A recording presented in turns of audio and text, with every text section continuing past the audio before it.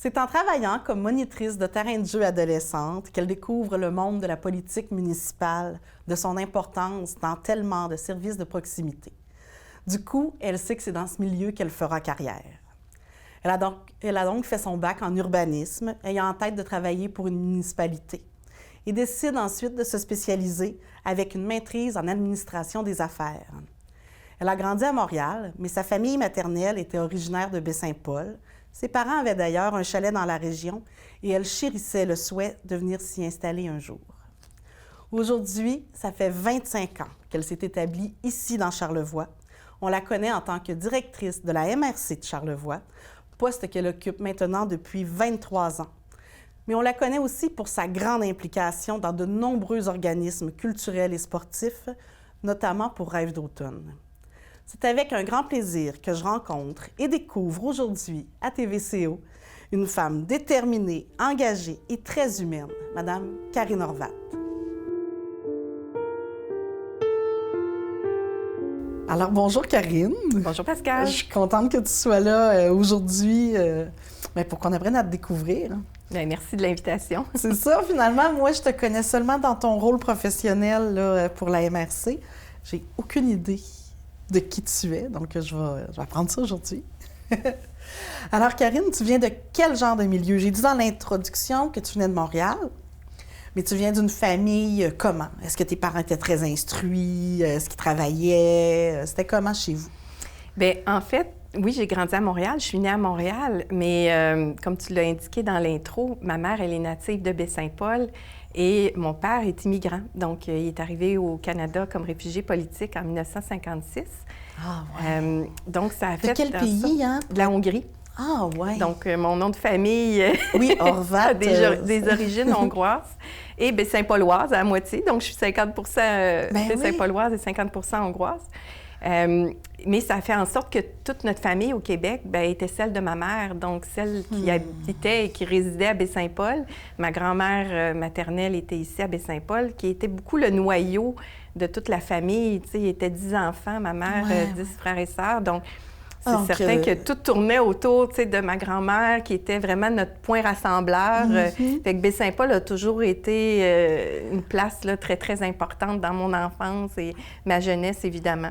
Sinon, c'est ça, j'ai grandi à Montréal. Ah, c'est ça. Puis tes parents faisaient quoi dans la vie? Mon père, il a parti de rien. Hein? Il est parti à zéro lorsqu'il est arrivé. Il était jeune, là, il avait 17 ans. Donc, il a eu à reconstruire sa vie. Alors, il a fait des démarches, finalement, de fil en aiguille. Après plusieurs emplois, il s'est retrouvé dans le domaine de l'électricité et finalement occupé un poste d'arpenteur chez Hydro-Québec. Donc, c'est là qu'il a eu à venir à Baie-Saint-Paul pour, dans le temps, quand il y avait le grand déploiement de l'hydroélectricité au Québec. On parle des grands bâtisseurs à ce niveau-là qui ont bâti... Tu es en train de me raconter que, dans le fond, tes parents se sont rencontrés ici à Baie-Saint-Paul. Oui, tout à fait. Ah! Donc, c'est ici que mon père, en étant établi donc à l'auberge Baie-Saint-Paul, même qui était sur Ambroise Paffer, qui a été brûlé, qui a vécu un incendie, malheureusement. La famille Rémillard. Oui, tout à fait. C'est là que l'équipe d'Hydro-Québec était basée à ce moment-là. Puis à partir d'ici, donc, ils avaient à travailler dans la région, dans les montagnes, dans les forêts, arpenter, tout ça en lien avec la future implantation de lignes hydroélectriques. Alors, c'est ici qu'il a rencontré ma mère, là, qui habitait à Baie-Saint-Paul. Elle, c'était la fille de Gilbert Simard et Rosée Boivin, qui avait une épicerie, un magasin général, donc sur Saint-Jean-Baptiste. OK, dans quel coin de Saint-Jean-Baptiste? Bien, qui est aujourd'hui une boutique de vapotage. Donc, je pense que les gens vont... oui. Les gens vont reconnaître de quel bâtiment on parle. Mais donc, l'ancien magasin de meubles, ça, c'est ta famille, là. Oui, c'est ça. C'était effectivement le frère de ma mère là, qui a opéré ce magasin-là pendant plusieurs années. Donc, famille de commerçants, famille de gens d'affaires, de gens très impliqués dans la région aussi. Donc, ma mère travaillait avec ses parents dans le magasin général et c'est comme ça qu'elle a rencontré mon père. Ah, puis là, je comprends qu'il y a une belle grande histoire d'amour qui a fait qu'elle est partie à Montréal avec ton père. Oui. Et c'est là qu'elle vous a eu. Mais est-ce qu'elle a continué à travailler quand elle était à Montréal? Ou... Ma mère, elle s'est occupée de nous. On dit toujours qu'elle a travaillé à prendre vraiment, à mettre tout son temps, toute son énergie. Là. Mon frère et moi, on était vraiment très choyés de venir dîner à la maison, d'avoir vraiment... elle a choisi là, de s'occuper de nous, de la maison, des enfants, de prendre vraiment une part active à ce niveau-là.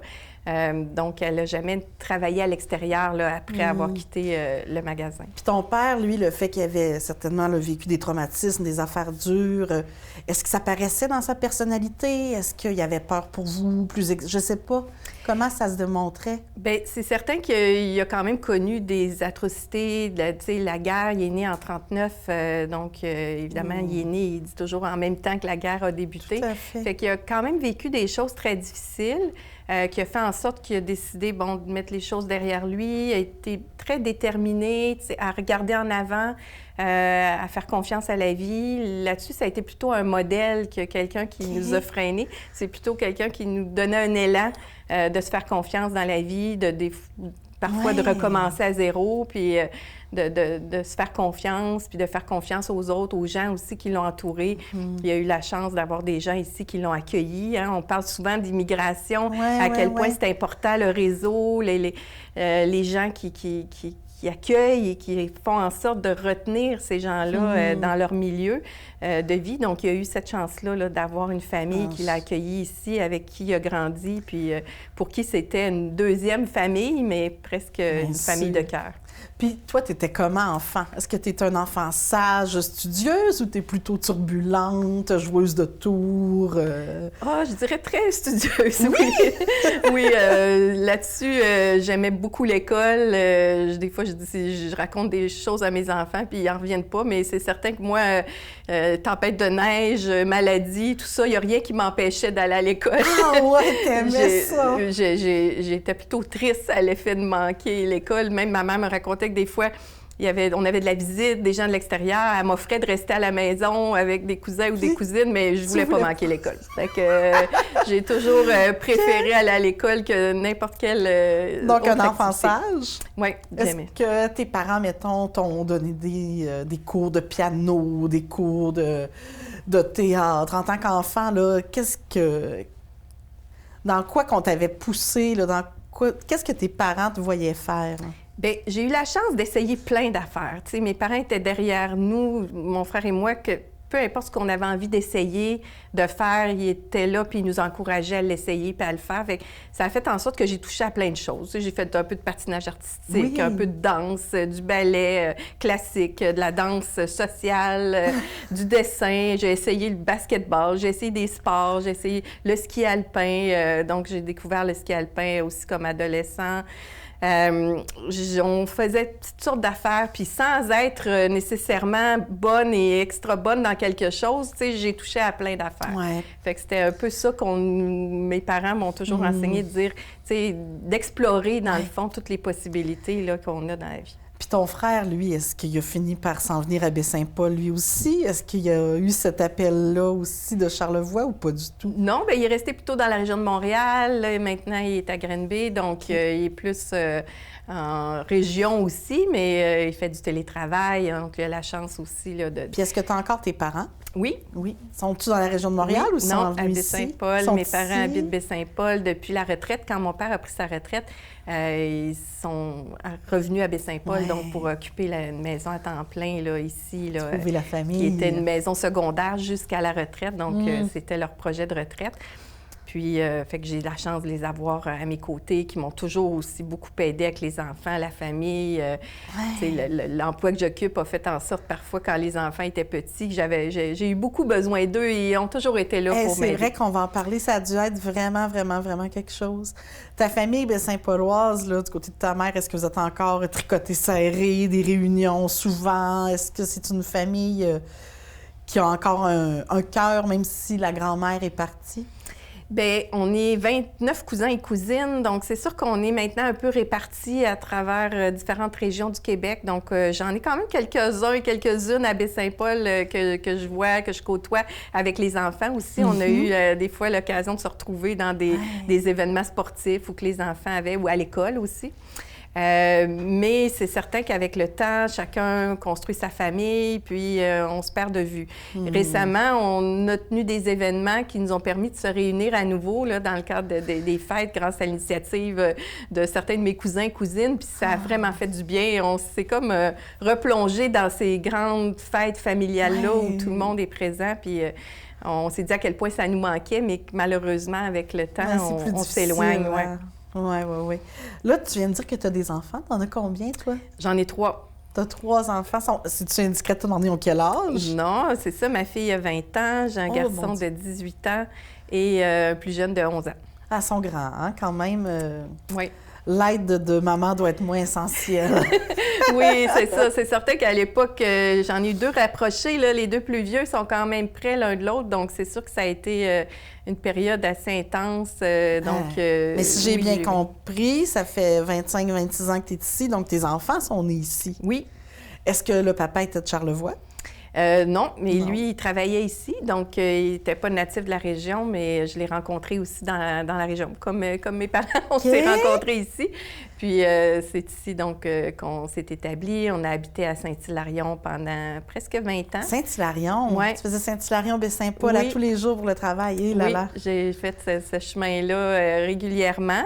Puis là, bien, la vie nous a amenés sur des chemins différents. On a pris chacun notre côté, les enfants aussi. Donc, je me suis établie à Baie-Saint-Paul, ce qui est beaucoup plus facile pour moi, pour le travail, pour les enfants aussi, pour l'école. Ouais. Puis les enfants doivent être contents d'être plus dans le village, même... Mais là, ils doivent en avoir un ou deux de partis aux études. Ils travaillent, donc c'est un mélange, c'est ça, retour aux études, travail. Ils sont à une période où c'est pas simple là, de faire des choix. Il y a eu la pandémie aussi qui a été difficile. Ils avaient justement, là, c'était la secondaire 5, au moment où la pandémie est arrivée. Ça a cassé un peu l'élan. Donc là, ils sont à repenser, refaire leurs choix et tout ça. Donc, ils travaillent aussi au travail. Ils font bien... Mieux vaut prendre le temps de trouver ce qu'on aime. Oui, c'est ça. Je pense que c'est l'idée, c'est de prendre le temps. Puis après ça, une fois qu'on a choisi notre voie, bien de la Toi, là, tantôt, j'ai dit dans l'intro que c'était comme monitrice de terrain de jeu, que tu avais eu un coup de cœur pour le monde municipal. C'est toi, ça? Oui, c'est moi. Comme monitrice de terrain de jeu. Oui. Le monde municipal, comment tu l'as vu comme monitrice? Bien, moi, j'ai eu un coup de foudre. C'est spécial parce que j'étais, monitrice de terrain de jeu. Je travaillais avec les enfants. On occupait des classes, là, des écoles l'été. Mais on a eu à fréquenter l'hôtel de ville. On était des employés municipaux le temps d'un été, évidemment. Puis j'ai eu un coup de foudre pour ça, l'hôtel de ville, le conseil municipal. On a rencontré le maire, les conseillers municipaux, les employés municipaux. J'avais une fierté de représenter ma ville, de travailler pour ma ville. Puis j'ai vraiment trouvé passionnant le fait de pouvoir avoir un impact direct dans le milieu de vie dans lequel on travaille. Dans mon cas, c'était au niveau loisirs, mais j'ai vu toutes les ouvertures, les départements, les services qu'avait une municipalité. Tout ce que fait une ville pour les citoyens. Là, c'est ça a été comme... C'est pour ça que je trouvais que ça faisait partie de mon adolescence de dire, ça a été un peu le coup de foudre de dire, si je veux travailler pour une ville plus tard, ce serait dans quel domaine? C'est ça. Donc, j'ai choisi l'endroit où travailler avant le domaine d'études. Ben oui, mais en même temps, ça a marché, tu sais. Oui. Là, on va prendre une pause, puis justement, on va en parler de tes études puis de ta carrière en revenant. On va aller voir une œuvre que tu as choisie, puis on en discute. Merci, c'est bon.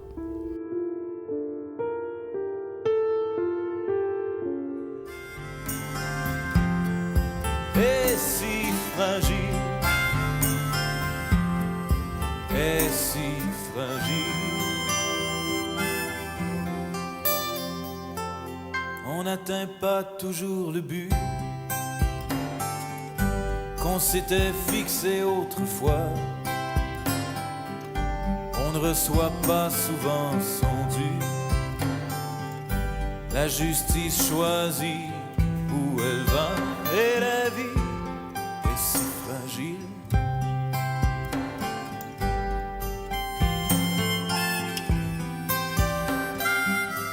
On est seulement ce que l'on peut. Ouais, Karine, t'as quand même pas choisi la chanson la plus joyeuse que je connaisse. Pourquoi cette chanson-là? Mais en même temps, elle est peut-être triste, mais elle est tellement vraie, puis je sens tellement de constat de la vie derrière cette chanson-là. Chaque fois que j'écoute les paroles, je me dis que ça représente bien ce qu'est la vie. Tu sais, on choisit pas toujours les épreuves qu'on doit affronter, on n'atteint pas toujours les buts qu'on s'est fixés. Par contre, la vie, elle est quand même là, elle est douce, puis il faut trouver, faire son chemin à travers ça. J'ai eu en 2013 à affronter une épreuve, évidemment, qui était la maladie. J'ai eu un cancer du sein, donc c'est une épreuve qui est pas banale. Dans une vie, ça fait pas toujours partie de nos buts. C'est pour ça que cette chanson-là me rappelle à quel point la vie est fragile, puis qu'on doit en prendre soin. Donc, c'est quand même, je trouve, une belle leçon de vie, cette chanson. Clairement, elle vient de prendre tout son sens, là. On va revenir à nos moutons. Oui, bien oui. On était rendu, dans le fond, à parler de tes études, de ta carrière. Donc, tu as choisi l'urbanisme pour travailler dans un hôtel de ville. C'était ça le but. Est-ce que c'était déjà le but d'être à l'hôtel de ville de Baie-Saint-Paul ou le but était n'importe quel hôtel de ville? C'est très charmant et... Bien, le domaine de l'urbanisme, c'est révélé à moi, comme je disais, le fait que j'étais attirée par, les municipalités, le développement municipal, les loisirs, le service d'urbanisme d'une municipalité, les bibliothèques, que ça peut être au niveau de l'environnement, de l'aménagement des rues, des parcs, etc., des centres-villes. Alors, c'est comme ça que j'ai découvert l'urbanisme, puis je me suis dit, bien voilà vraiment le secteur qui va me permettre de travailler dans un domaine qui m'intéresse, puis pour un employeur qui me passionne. C'est vrai que c'est un magnifique, c'est vraiment un beau domaine. Là. Oui, j'ai vraiment eu beaucoup de plaisir, puis... Mais tu n'as pas travaillé comme urbaniste? Après mes études, j'en ai fait quelques... J'ai travaillé pour la Ville d'Outremont, j'ai travaillé, dans certaines municipalités, à l'Union des municipalités du Québec aussi. Donc, ça m'a amené à travailler des fois dans le domaine plus de la représentation des municipalités. Puis, c'est là que j'ai choisi aussi d'aller faire des études supérieures en administration pour me permettre justement d'aller travailler au niveau municipal. Donc, ça peut être une ville finalement. C'est pour une MRC que je travaille, qui est une municipalité régionale de comté. Puis dans le domaine de la gestion, donc pour être impliqué au niveau de l'aménagement du territoire et de l'urbanisme, mais aussi de la gestion. Alors, l'emploi que j'occupe maintenant était l'emploi que je pouvais rêver, c'est-à-dire que ça me permet justement d'être partie prenante de l'aménagement du territoire, de la planification aussi, et en même temps d'être impliquée dans l'administration et la gestion de tous ces départements-là. Donc là, ça fait 25 ans que tu es là. 23 ans, oui. Si je comprends bien, tu aimes toujours ça autant qu'avant? Oui, beaucoup. C'est une œuvre inachevée, travailler pour une municipalité, parce qu'au moment où on arrive, il y a déjà des choses de réaliser depuis longtemps. Puis nous, on fait notre bout, on fait notre part, on s'implique, on travaille à repenser des choses, à les voir, à les planifier pour le développement futur. Puis un jour, quand on quitte, on laisse aussi à d'autres équipes, à d'autres gens, le relais et l'avenir de ces territoires-là entre les mains.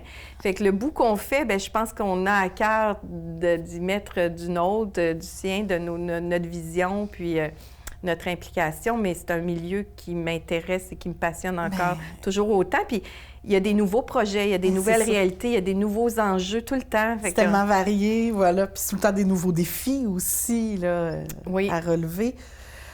Est-ce qu'il y en a un projet là, particulièrement, là, soit que tu portes présentement ou que tu es vraiment fière là, d'avoir pu le réaliser? Bien, il y en a plusieurs, parce que c'est ce qu'on est devenu. Quand je suis arrivée, la MRC, c'était une époque où on était plus petits, le gouvernement nous confiait, certaines responsabilités, mais avec le temps, tout ça s'est tellement développé. Au départ, on était peut-être 10, 12 employés quand je suis arrivée. Aujourd'hui, on est près de 35. Là. Ah, ouais. Donc, c'est sûr que maintenant, c'est une grosse équipe qui est plus multidisciplinaire, qui nous permet d'être impliqués dans tellement de dossiers, tellement de projets en développement économique, développement social, culturel. On parle d'aménagement du territoire beaucoup, mais de développement durable. Alors, dans tous ces domaines-là, on a mis des projets en place dont on est fiers. Ça serait dur d'en choisir, mais je pense que notre région, notre MRC se distingue beaucoup au niveau du développement durable.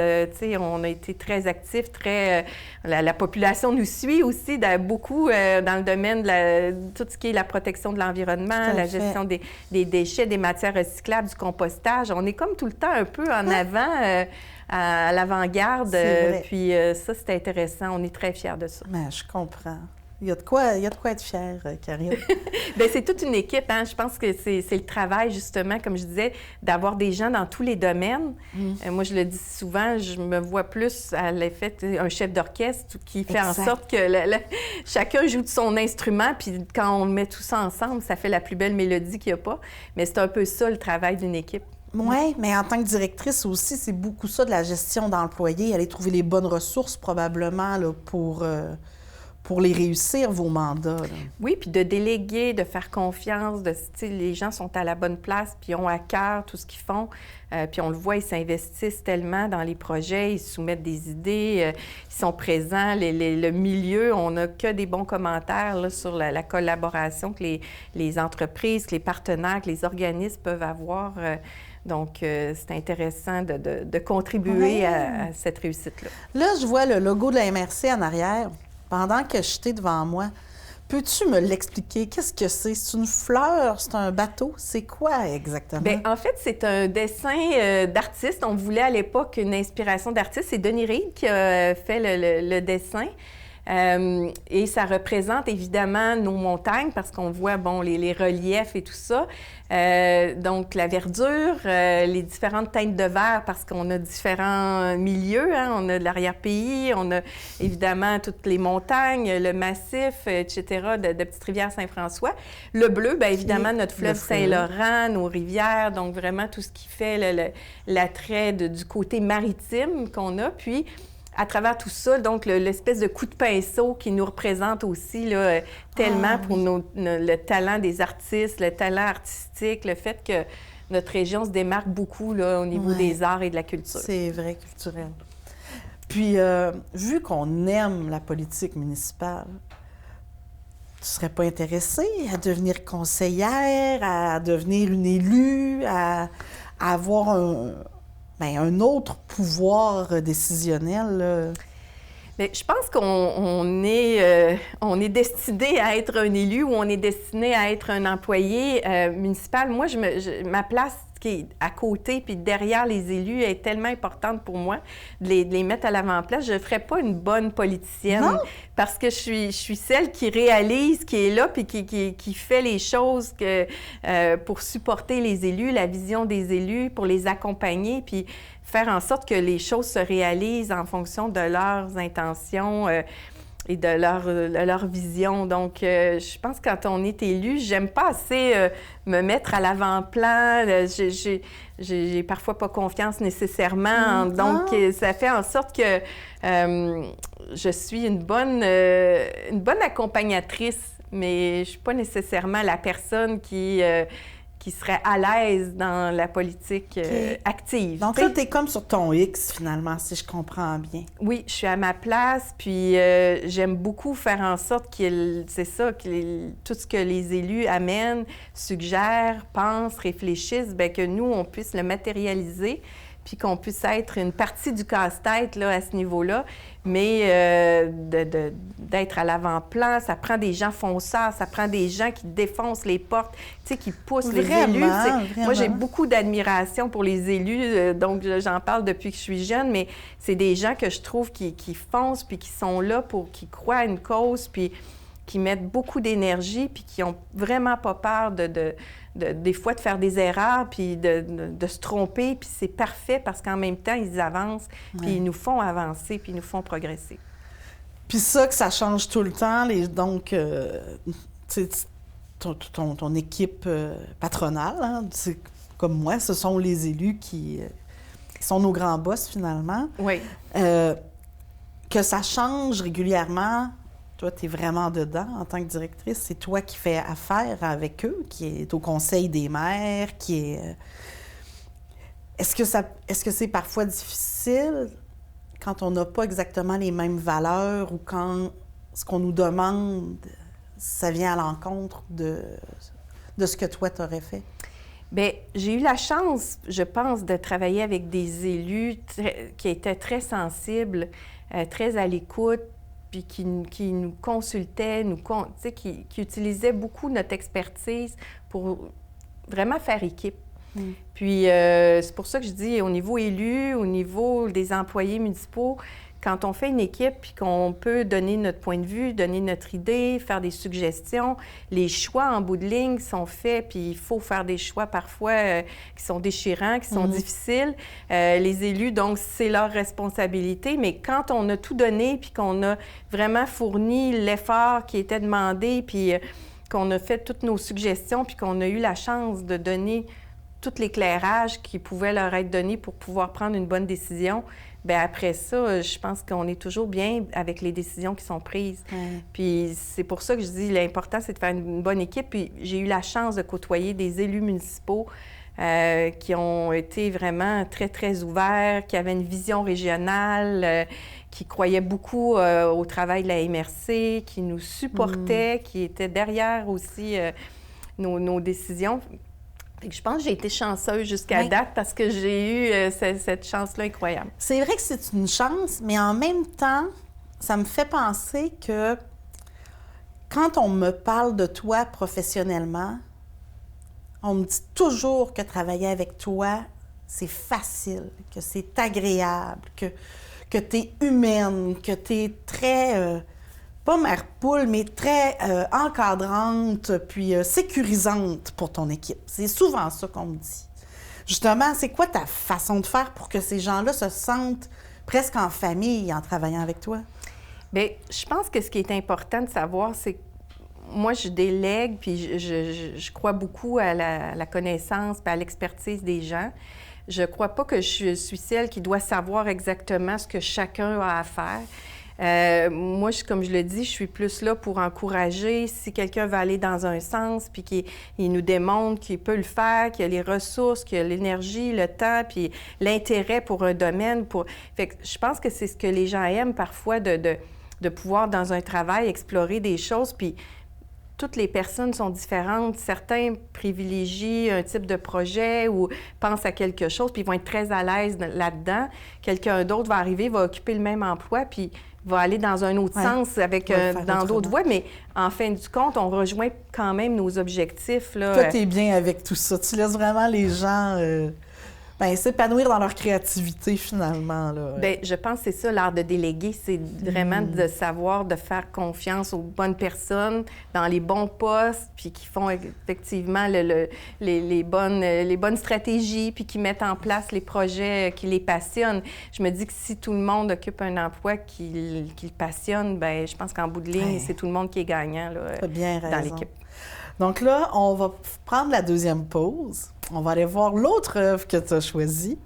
Puis, bien, on en discute, c'est sûr, après. Puis on continue peut-être sur ton engagement bénévole et tout ça. Parfait. Je reconnais notre classique, Charlevoisien.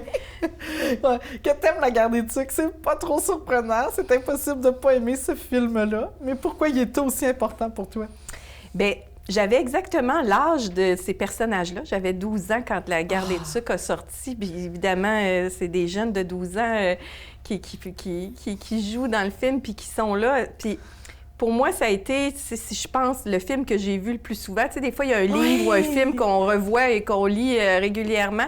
C'est ce film-là que j'ai vu et que je revois et que j'ai acheté, je l'ai présenté à mes enfants, qu'on l'écoute à chaque année. Puis on dirait qu'on se tanne pas. Puis je sais pas pourquoi je pleurais encore quand Cléo est mort, donc, c'était vraiment important. Puis en plus, quand j'habitais à Montréal, puis bon, quand j'avais 12 ans, de voir les images à Baie-Saint-Paul, il y a des images qui sont filmées sur la rue Ambroise-Fafard, puis on voyait justement l'appartement où habitait ma grand-mère là, dans les images, puis l'église de Baie-Saint-Paul et tout ça. C'était comme, pour moi, de voir Baie-Saint-Paul dans un film, ça a été un coup de cœur. Un coup de cœur. Moi aussi, je pense que c'est parce que je suis chauvine à ma région que j'ai tant aimé ce film-là, tu sais. Je le réécoute encore, puis je le réécouterai encore. Donc, c'est vraiment un classique pour moi. Vraiment. Là, tantôt, j'ai dit qu'on allait parler de ton implication parce que tu t'es vraiment impliqué beaucoup pour plusieurs organismes. Est-ce que tu as envie de m'en parler un peu là, pour lesquels en général? Bien, de par mon travail, c'est sûr qu'on est beaucoup en lien avec plein d'organismes. On a comme à supporter, à participer, à collaborer à plein de projets. Puis pour moi, d'être bénévole aussi, puis de contribuer au développement de mon milieu, ça a toujours été important. Fait que c'est sûr que je me suis impliquée comme bénévole dans différentes organisations.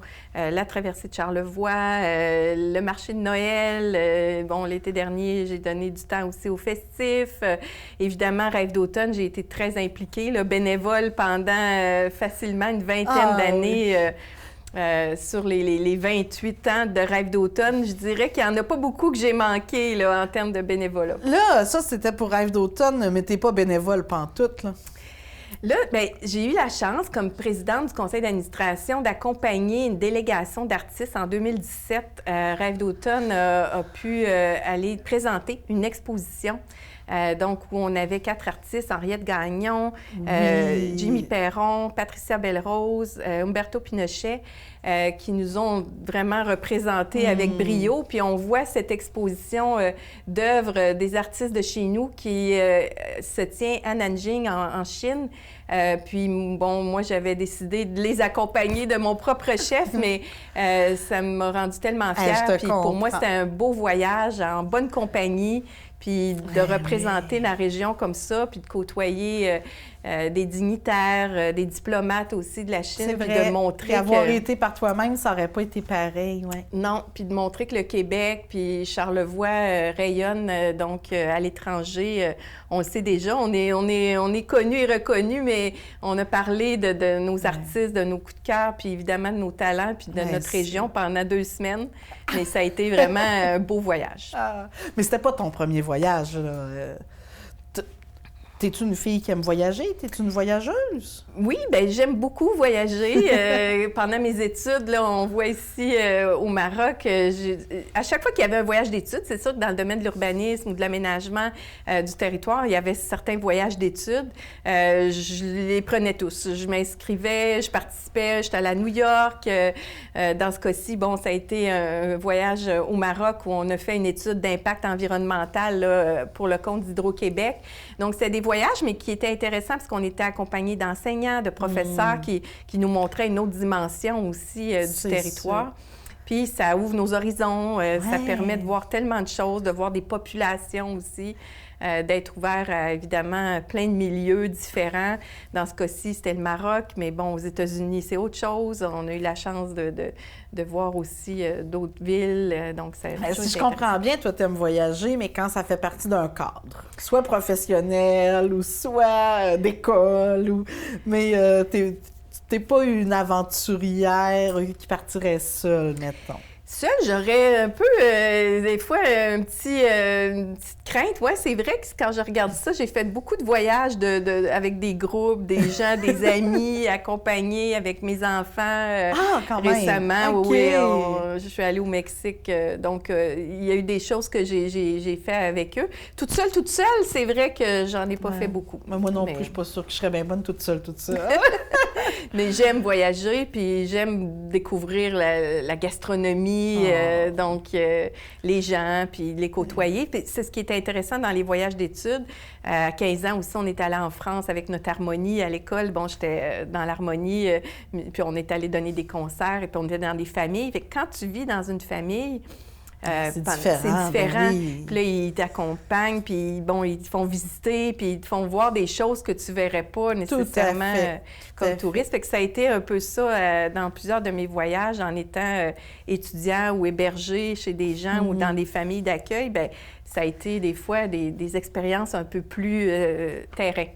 Puis, dans le fond, j'aimerais ça savoir, c'est quoi tes passe-temps? C'est quoi tes hobbies? C'est quoi que tu aimes faire de ton temps libre? Il reste-tu du temps libre quand on est... Bonne question.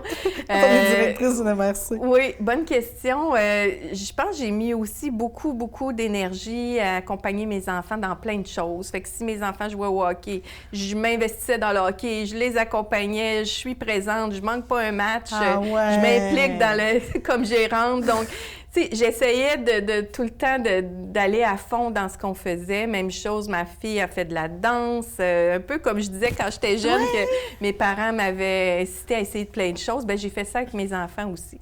Fait que c'est sûr que, tu sais, vélo de montagne, bon, j'ai essayé de les accompagner dans tout ce qu'ils voulaient essayer. Le massif, le ski. Donc, je fais encore un peu toutes sortes de choses. De ski de fond, ski alpin. On va faire de la marche, des randonnées, un peu de vélo. Donc, tu es assez sportive comme fille. Dans le temps qu'il me reste pour faire un peu de sport, oui. Il m'en reste peut-être pas suffisamment ou assez. Là. J'aimerais en faire plus, mais oui, j'aime ça, faire différentes choses. OK. Là, je vais y aller avec une espèce de petite rafale. Tu me réponds par oui ou non, à moins que je tombe sur de quoi d'important pour toi, OK? Est-ce que tu es une femme sensible? Oui. Oui. Une romantique? Oui. Oui. Non, oui. Je suis très émotive, comme je le disais. Oui. Est-ce que tu es une rêveuse? Oui. Peut-être, pour moi, un rêve, c'est quelque chose qui est atteignable, qui est réalisable. Donc, tu sais, j'ai des rêves, mais qui sont... qui sont possibles. Oui, c'est ça que je garde. Peut-être que je rêve pas assez sur des choses vraiment incroyables que j'aimerais réaliser, mais j'essaie toujours d'être un peu réaliste. Ouais, mais peut-être que je le suis trop. T'es peut-être moins déçue aussi. Ouais. Est-ce que tu es une mélancolique? Quelqu'un qui pense au passé beaucoup?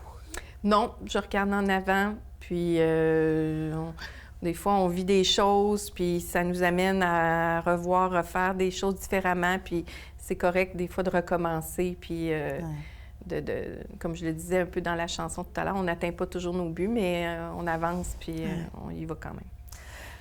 Est-ce que tu as un bon sens de l'humour? Oui. Oui? Oui. Est-ce que tu es une joueuse de tour? Joueuse de tour, j'ai peut-être pas assez d'idées. Les blagues, je m'en rappelle jamais. Non, t'es des pas fois, une bonne conteuse de blagues? J'entends des blagues, puis je me dis, celle-là, je vais m'en rappeler, elle est bonne, puis pas du tout. Il y a des gens qui sont des fois des oui! Tu dis comment ils font pour se rappeler tout ça, mais non. Fait que je suis sûre que là-dessus, je suis plus celle qui se fait raconter des blagues puis se fait jouer des tours que celle qui en fait. OK, mais t'aimes ça? Oui. Est-ce que tu es capable de rire de toi? Oui. Oui. Est-ce que tu es une bonne raconteuse, tu sais, pour des histoires ou justement ton voyage, ou est-ce que tu as vite l'attention d'un public? Je pense que oui. J'aime beaucoup écrire, j'aime raconter. J'inventais, j'étais tout petite, puis mon père me demandait des fois de lui raconter une histoire pour l'endormir, tellement que j'ai raconté ça une fois à une enseignante. Puis elle m'a dit, tu t'es trompée, c'est ton père qui te racontait des histoires pour t'endormir. J'ai dit, non, moi, chez moi, c'est moi qui raconte des histoires à mon père pour l'endormir. Oh, c'est Donc, mignon. non, je suis très... Là-dessus, j'ai toujours été, je dirais, bonne raconteuse. J'ai pas de difficulté. Si j'ai un texte à écrire, j'ai de la facilité là-dessus. Ah, donc en rédaction aussi, tu as une belle main, tu as de l'imagination? Oui. Oui. Est-ce qu'on se permet d'écrire de la fiction ou on est toujours dans le plutôt... Bien, je suis beaucoup dans, tu sais, quand je rédige, quand j'écris, tu sais, pour mon travail, c'est toujours en lien souvent avec des textes, des discours. Bon, je revois des choses qu'on présente, des textes qu'on publie, des politiques, des documents. Fait que c'est vrai que je suis un peu, tu sais, dans des textes plus encadrés.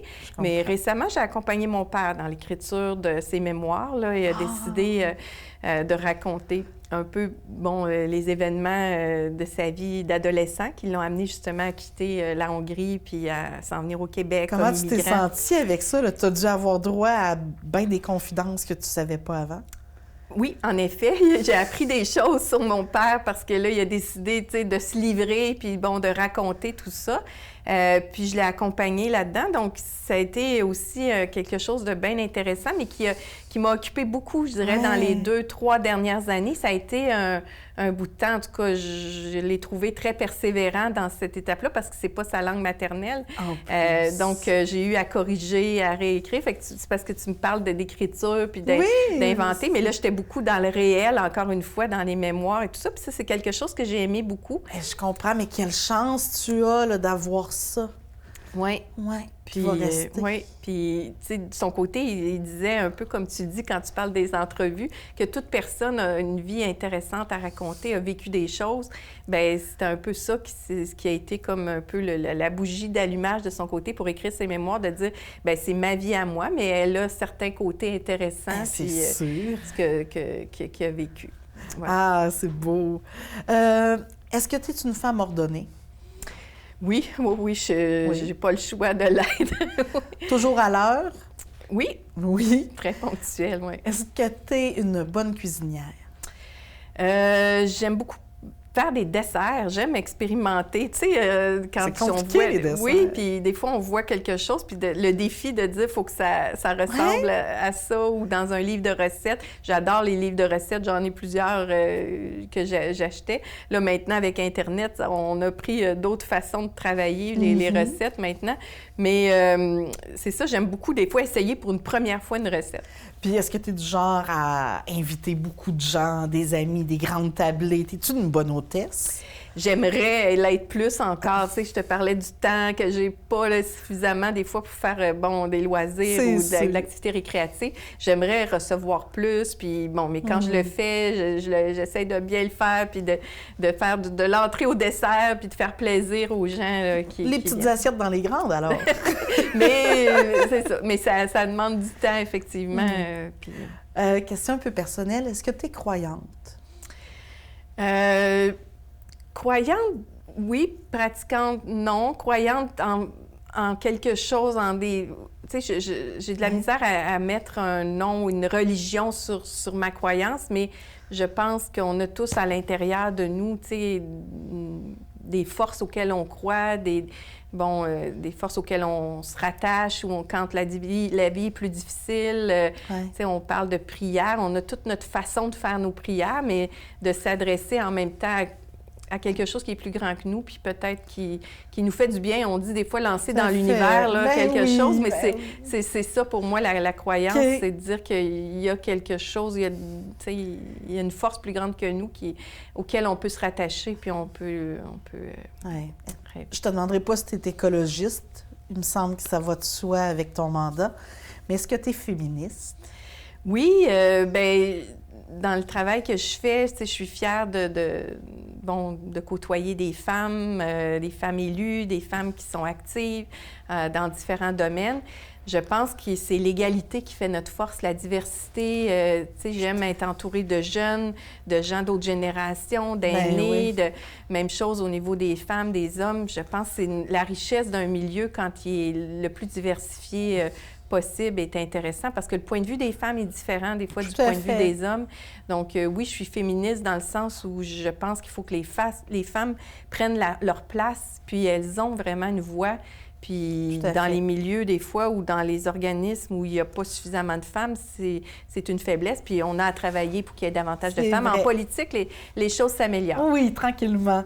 Y a-t-il un moment marquant dans ta vie qui a changé le cours de ta vie? Je dirais que c'est le moment où j'ai décidé, de venir vivre dans Charlevoix après mes études. Ma maîtrise, c'était du côté de l'Université d'Ottawa. Puis j'ai choisi, tu l'as dit, de m'en venir ici. Mes parents étaient revenus ici. J'ai dit, je vais regarder, puis je vais tu sais, le Québec était comme une possibilité.